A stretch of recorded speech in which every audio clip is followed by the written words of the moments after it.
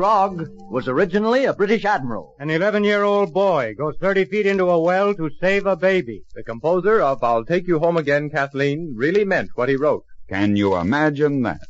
Yes, friends, this is Lindsay McCary, back once more with another batch of stranger-than-fiction facts with which to astound and amaze you. We've dug up some more fascinating peculiarities of this old world of ours, and in just a moment or two, my cohorts and I will be back with you to present them.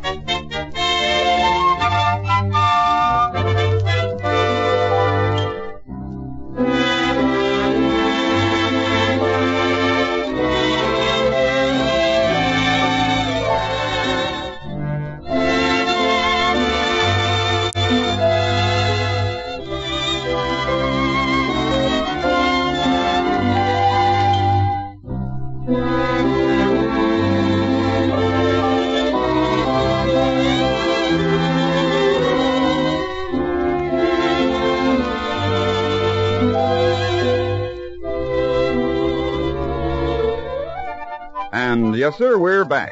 Now, on most of these Can You Imagine That broadcasts, we're going to give you the picturesque origin of some word now in common usage in the English language. The word grog today means any hard liquor or alcoholic beverage. Now, I wonder how many of you know how grog came to possess its present meaning. Well, it goes away back almost 200 years to the year 1740. Let's imagine ourselves back in that year on board an English man-of-war, somewhere on the high seas. Oh, this is a night for work, laddie. You'll be earning your pay in food this night. Wind stirring up the sea like a witch's broth. Hey, look alive there. Old Grog will be coming on deck soon. Oh, look alive. Old Grog? You mean Admiral Vernon? The same, me lad, Admiral Vernon. Him and his grogram cloak. Grogram cloak? Aye, grogram cloak. Half wool and half mohair, so they say. He wears it in foul weather. We calls him Old Grog. But a better sailor never set foot on oak decks, and a tougher admiral never commanded a ship. Oh, well, let's go below and take on some victuals, lad. Yes, sir.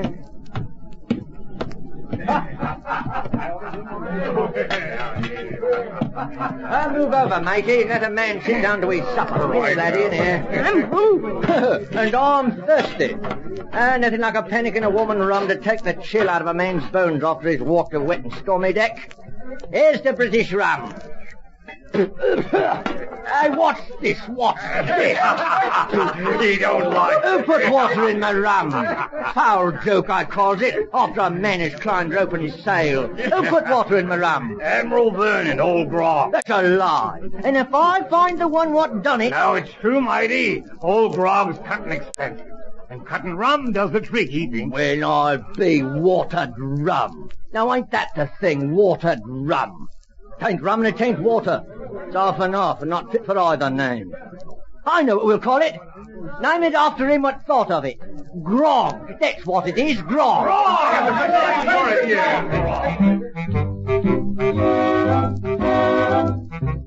And so the word grog, originally from the French language grogrin, meaning a coarse-grained cloth, then into English as grogram, then as a nickname for a famous British admiral, then as his concoction of half rum and half water, now means any alcoholic beverage. Can you imagine that?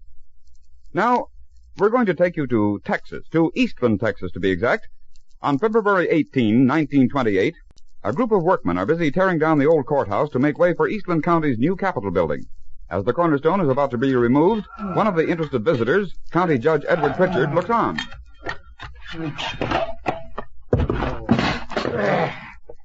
Okay, man, she's off. Hey, look at here. What's eating you, Spike? Seen a Gila monster? No, But look at this little old horn toad. Well, ain't you ever seen a horn toad before? Yeah, but this one was in that there cornerstone. What is it, boys? What's the matter? Oh, hello, Judge Pritchard. Look what we found. Little old horn toad, dead. Poor little fella. Oh, let's see. He's been buried there in that cornerstone for 31 years. That's how old this building is. That's right. Hey, you all see what I see? What's up now, Spike? Can't you see, Judge? That darn thing has opened its eyes.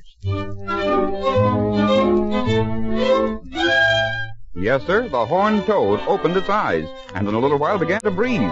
Pretty soon, Old Rip, that's what they came to call him, Old Rip became a national institution. He was the living manifestation of the western Texas legend that a Phrynosoma cornutum, horned toad to you, could live a century without food, air, or water. As a matter of fact, Old Rip even visited Calvin Coolidge in the presidential mansion. The whole situation became such a national issue that when another horned toad was sealed in the cornerstone of the new Eastland County Courthouse, a group of humane citizens obtained a court order to have him released. Can you imagine that? But, Lindsay, I can't understand how any living thing could live for 31 years without air or food or water. No? Well, that's just what a group of scientists couldn't understand either. So some of them began to investigate. After experimenting, this is what two of them said. Dr. William W. Mann, director of the National Zoological Park. It's absolutely impossible for Eastland's toad to have lived 31 years in a cornerstone. Dr. G.K. Noble, curator of reptiles in the American Museum of Natural History at New York. It's absolutely impossible for an animal to live without oxygen for any length of time. So there you are. Did Old Rip live 31 years sealed in that cornerstone in Texas? Or didn't he? Well, I'll leave it to you because apparently the scientists and the citizens of Eastland can't agree. Can you imagine that?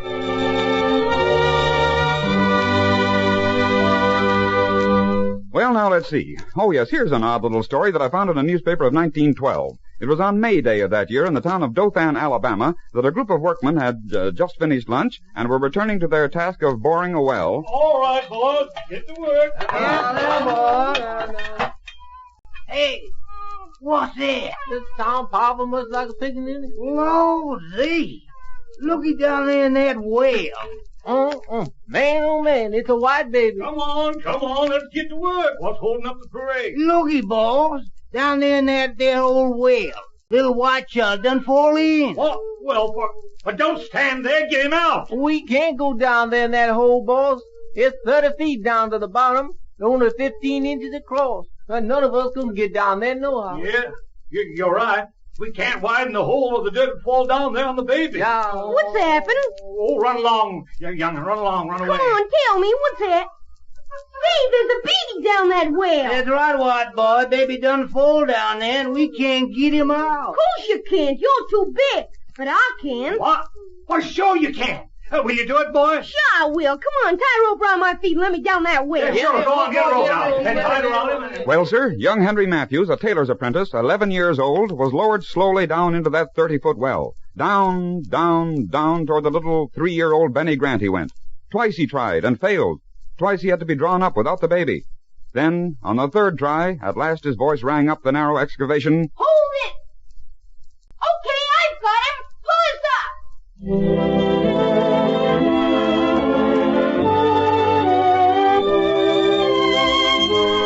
And the two were drawn up to the surface, both safe and uninjured.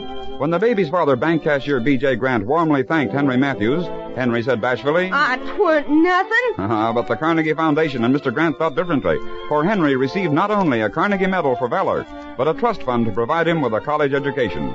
Can you imagine that?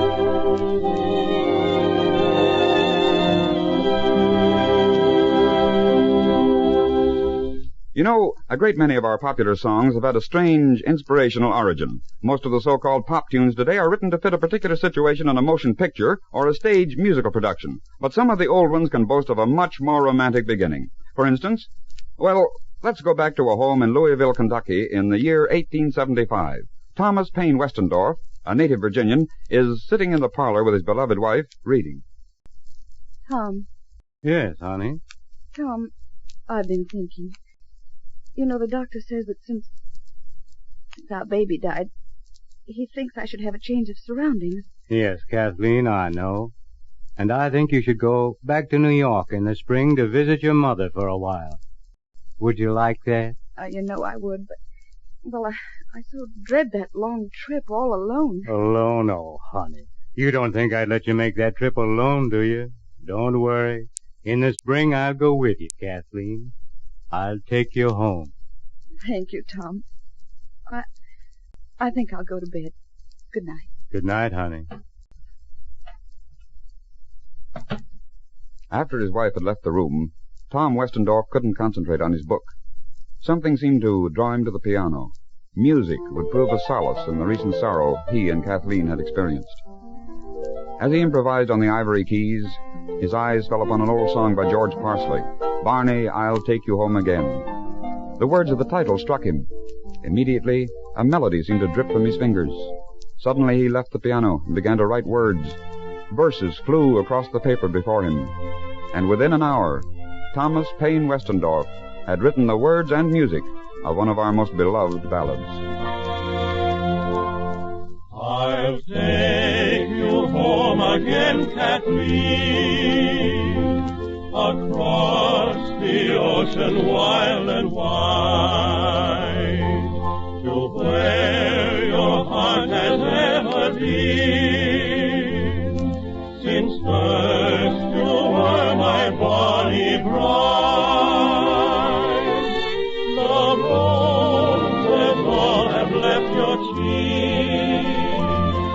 I've watched them fade away and die. Your voice is sad whene'er you speak, and tears bedim your loving eyes. Oh, I will take you back, Kathleen, to where your heart will feel no pain, and when the fields are fresh and green, I'll take you to your home again. Yes, Tom Westendorf really meant what he wrote when he penned the song, I'll Take You Home Again, Kathleen. Can you imagine that? Well, I'm afraid it's time to bid you all farewell again. This is Lindsay McCarry reminding you that we'll be back again soon on this same station with another batch of amazing facts and fancies in the next session of Can You Imagine That?